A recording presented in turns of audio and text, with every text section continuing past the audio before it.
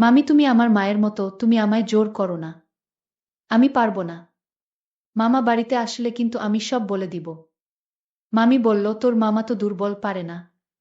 তাই আজ তোকে দিয়ে বাকি বিষয়টা গল্পেতেই বলছি। সবেমাত্র পড়াশোনা শেষ করে বাসায় বসে আছি, এই অপেক্ষায় যে কোনো এক রাজকুমার আমাকে নিয়ে তার রাজ্যে চলে যাবে। অবশ্য এসব যে শুধু গল্পতেই মানায় তা আমার বিয়ের দ্বারাই প্রমাণিত হলো। কারণ আমার বাবা মা বিয়ের জন্য আমাকে এক বুড়োকে খুঁজে এনে দিল।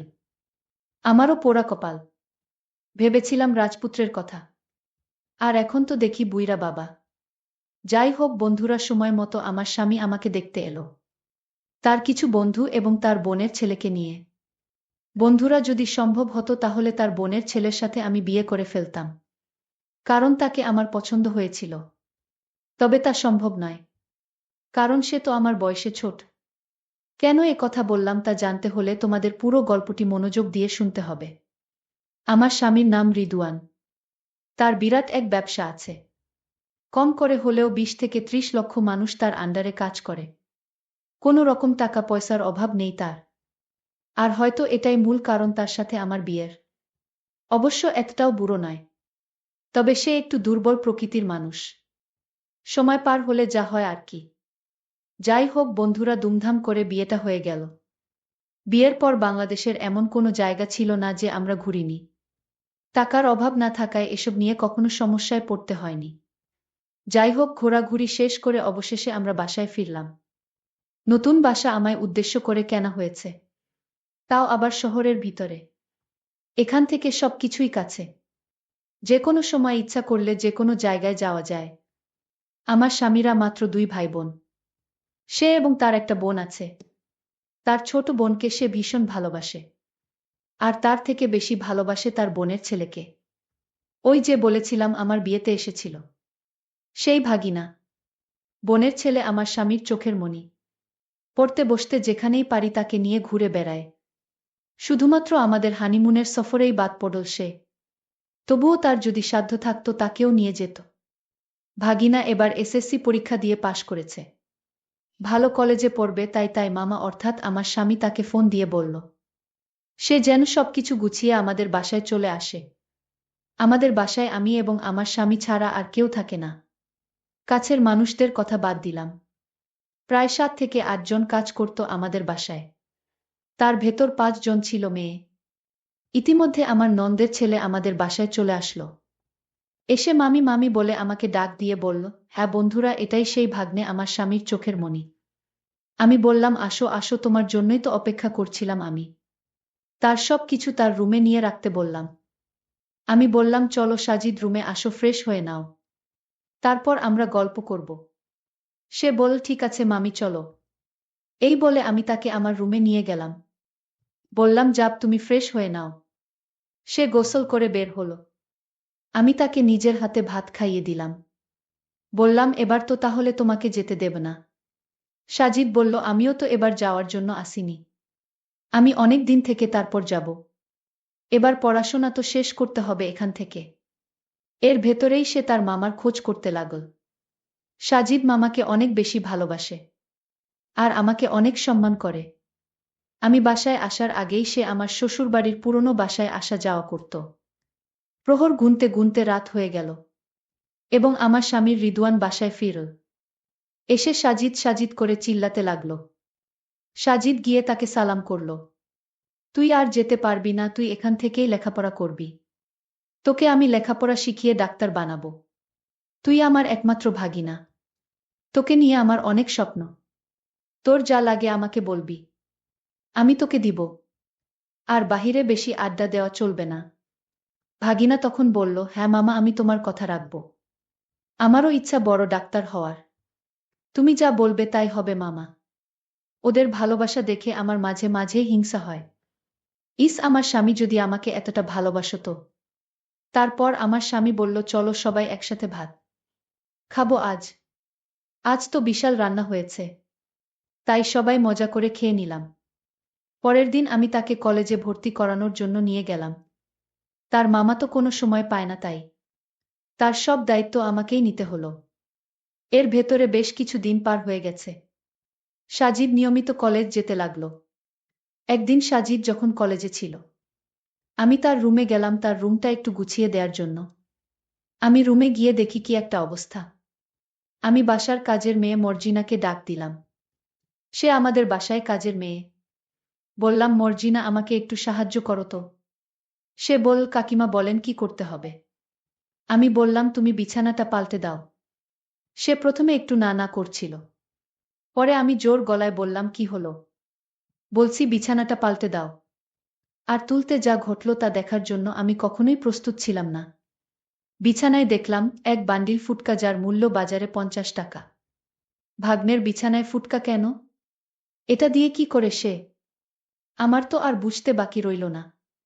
তারপরও আমি সাজিদের কাছ থেকে সব জানব। এরপর আমি মর্জিনাকে বললাম, যা তুই বাইরে যা। আমি সেগুলো একসাথে করে একটা ব্যাগে ভরে নিলাম। আর ওকে বললাম, তুই রুমটা গুছিয়ে দে। আমি রুমে শুয়ে ভাবতে লাগলাম, ব্যাপারটা ঠিক বুঝলাম না। ভাগ্নে এইসব নিয়ে কি করে? অনেক প্রশ্ন ঘুরপাক খাচ্ছিল আমার মাথায়। তাই নিজেকে একটু শান্ত করে ভাবলাম, সে একবার বাসায় আসুক, তারপর তার কাছ থেকে কিছু শুনে বিষয়টা ক্লিয়ার হব। সেই দুপুর বেলা সাজিদ বাসায় ফিরল। আমি প্রথমে তাকে কিছু বললাম না। তাকে দুপুরের খাবার খাইয়ে দিলাম। খাওয়া শেষে আমার রুমে ডাক দিলাম। সে আমার রুমে এসে বলল, মামি, কি হয়েছে? আমি বললাম, আচ্ছা সাজিদ, তুমি চেয়ারটা নিয়ে বসো, তোমার সাথে কথা আছে। সাজিদ আমার পাশে এসে বসে বলল, মামি কি বলবে? তারপর আমি তাকে সেগুলো বের করে তার সামনে ফেলে দিলাম। এগুলো দেখে তার চোখ বড় বড় হয়ে গেল।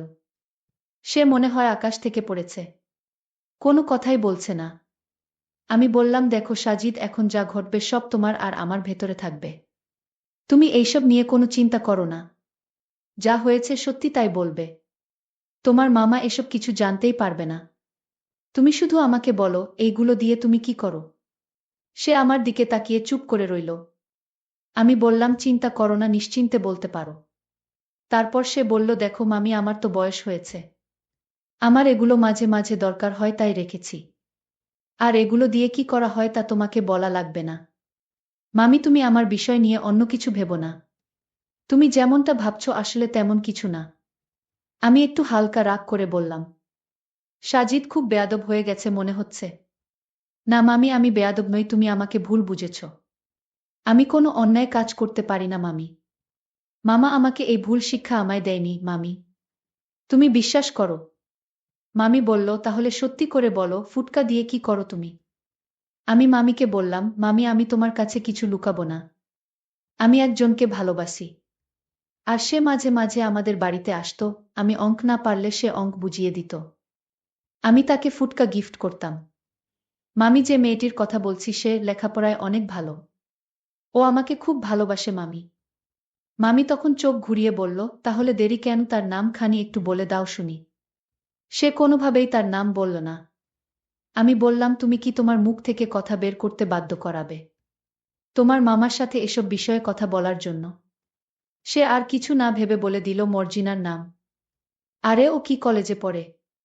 ও তো আমার বাসার কাজের মেয়ে। তুমি আমার সাথে মিথ্যা কথা বললে কেন? সাজিদ বলল, মামি, আমার ভুল হয়ে গেছে।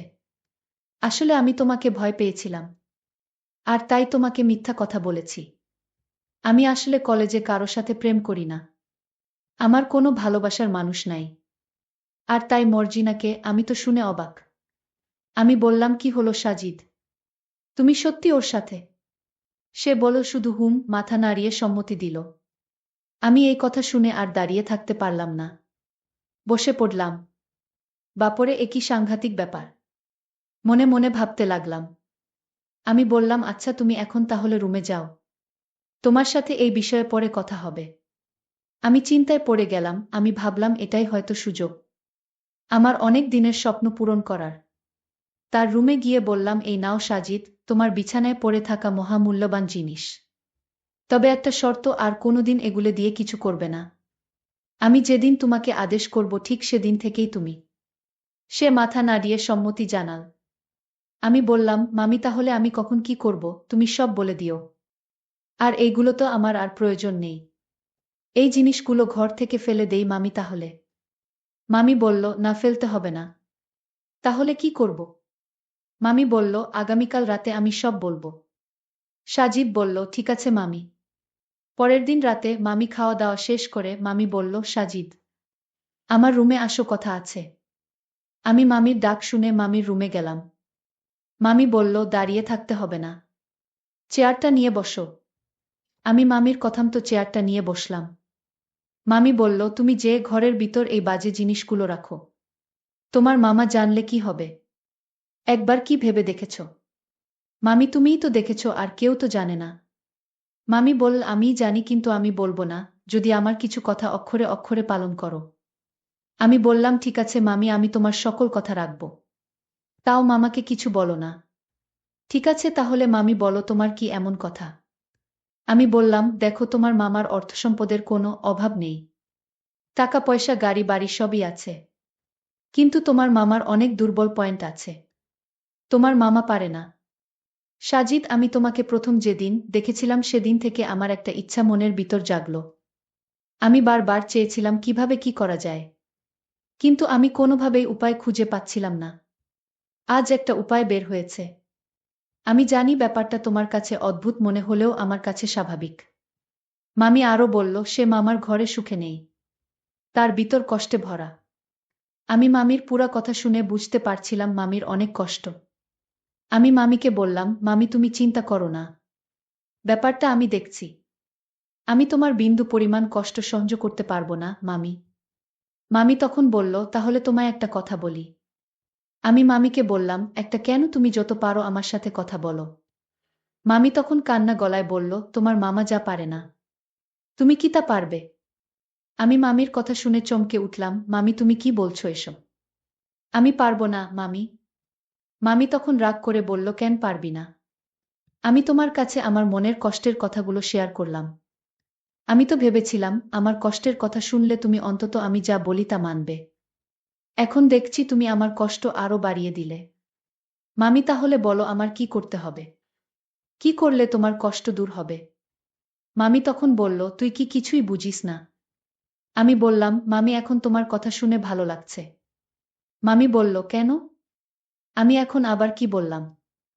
আমি বললাম, মামি তুমি আমাকে তুই করে ডাক দিয়েছ, তাই আমার কাছে ভালো লেগেছে। মামি বলল, তাহলে আজ থেকে আমি তোমায় তুই করে বলবো। মামি তোমারে রাগ করলে অনেক সুন্দর দেখায়। মামি তখন একটা মুচকি হাসি দিল। আমি বললাম, মামি তোমাকে হাসিতেও অনেক সুন্দর দেখায়। মামি বলল, তুই আমার সাথে মশকরা করছিস? আমি এই দিকে দুঃখ কষ্ট নিয়ে আছি। আমি মামিকে পরিষ্কার করে বলে দিলাম, মামি আমি তোমার কথা রাখতে পারবো না। মামি তখন রাগ দেখিয়ে বলল, তাহলে তুমিও বাঁচতে পারবে না। আমি তোমার মামাকে তোমার বিষয়ে সব বলে দিব। আমি হাসতে হাসতে বললাম, মামি আমিও মামাকে সব শুনিয়ে দিব। মামি আমার কথা শুনে চমকে উঠল। এই তুই কি বলবি তোর মামার কাছে? আমি বললাম, মামি এতক্ষণ ধরে তুমি আমার কাছে যা বললে সব আমার মোবাইলে রেকর্ড করেছি। মামি আমার কথা শুনে বলল, ভালো করেছিস, যা গিয়ে তোর মামারে রেকর্ডিং শোনা। আমার কোনো সমস্যা নাই। আমি হয়তো এ বাড়ি থেকে চলে যাব। আর কি হবে আমার? আমি তখন মামিকে বললাম, তাহলে তুমি চাও তুমি যা আবদার করছিলে আমার কাছে তা মামাকে শুনাই? আমি কিন্তু মামাকে সত্যি সত্যি বলে দিব। মামি তখন কান্না করে বলল, আমার কপালে সুখ নেই। আমি মামিকে বললাম, মামি তোমার অভাব আমি বুঝি। তোমার কোনো ছেলে মেয়ে নাই তাই তো? মামি তুমি আমায় অন্যরকম দৃষ্টিতে দেখো না। মামি তুমি কি করে ভাবলে আমি এসব করব? আমি ছোটবেলা থেকে মায়ের আদর পাইনি। আমি তোমাকে মা ভেবেছি। তুমি আমার মা। আজ থেকে তুমিই আমার মা। আমি জানি তোমার কোনো সন্তান নেই। আজ থেকে আমি তোমার সন্তান। মামির চোখ দিয়ে পানি পড়ছিল। মামি বলল, এখন আমার কাছে মনে হচ্ছে এই পৃথিবীতে আমার চাইতে সুখী মানুষ আর কেউ নাই। আয় বাবা আমার কাছে আয়, আমাকে মা বলে ডাক। বন্ধুরা আজকে মতো এখানেই শেষ করলাম। যদি গল্পটি ভালো লাগে তাহলে আমার চ্যানেলটিকে সাবস্ক্রাইব করে পাশে থাকবেন। ধন্যবাদ।